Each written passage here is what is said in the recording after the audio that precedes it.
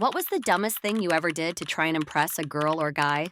1. I wrote her a poem. It was absolutely terrible, but she loved it. 2. Buddy and I were trying to impress a girl by putting a couple of cigarettes out on our arms. Had two nasty infections that lasted over a month. So, dumb.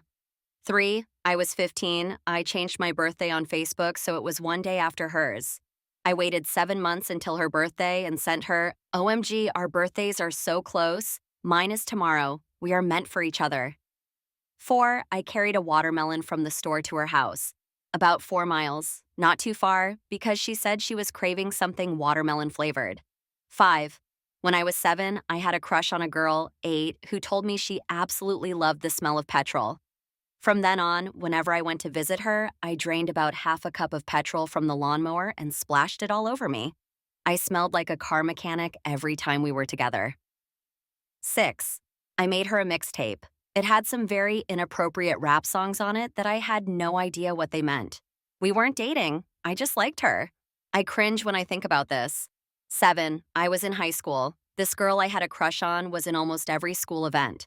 I heard she was going to give blood, so I thought it would be a great idea to join and impress her. Went in, sat down, and they started drawing blood. She was there, but before I got the nerve to talk to her, she was done. So I sat there and sat there and sat there. People came and went, and I was still there. The nurse came over and saw that my blood wasn't flowing or was flowing slowly. She wiggled the needle still stuck in my arm. It seemed like forever. Then it started flowing. Last time I did something physical to impress a woman. 8. I was about 6 years old, had a crush on my neighbor who was a year older than me. My parents were building a new house, and we went to check it out. The second-story deck wasn't finished, and we were up there looking out at the yard. I dared her to jump, and she refused.